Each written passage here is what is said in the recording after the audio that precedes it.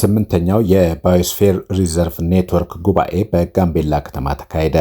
ጉባኤውን በንግግር የከፈቱት የኢትዮጵያ ብዝሃ ሕይወት ኢንስቲትዩት ዋና ዳይሬክተር እና የኔትወርኩ ሊቀመንበር ተወካይ አቶ አበራ ስዩም ባዮስፌር ሪዘርቭ ከብዝሃ ሕይወት ጥበቃነት ባለፈ የማህበረሰብ ኑሮ ማሻሻያ ማዕከላት ሊሆኑ ይገባል ብለዋል።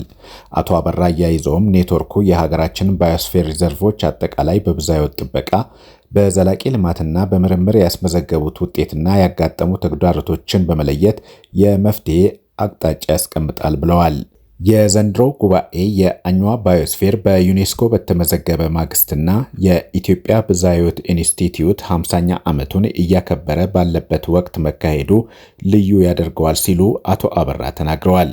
ባለፉት 8 ዓመታት የኔትወርኩን ጉባኤ በማስተባበር ከፍተኛ ሚና የተጫወተው መልካ ኢትዮጵያ ነው። የመልካ ኢትዮጵያ ዋና ዳይሬክተር አቶ ሰለሞን ከበደ ባለፉት 8 ዓመታት ኔትወርኩ ሐሳቦችን ከመለዋወጫ መድረክነት ባለፈ የባዮስፌር ሪዘርቭ ፖሊሲ እንዲቀረጽ ግፊት ማድረጉን ገልጸዋል። በጉባኤው ላይ በባዮስፌር ሪዘርቭ አካባቢዎች ላይ ያሉ ተግዳሮቶች ተነስተው ሰፊ ውይይት ተካሂዷል። በተለይ የአካባቢው አስተዳደሮች በኢንቨስትመንት ስም ከደጀን ወሰኑ አልፈው የባዮስፌሩን ቁልፍ ቦታ ድረስ በመግባት ብዝሃ ሕይወቱ ላይ ጫና መፍጠራቸው በአንክሮ ተገልጿል።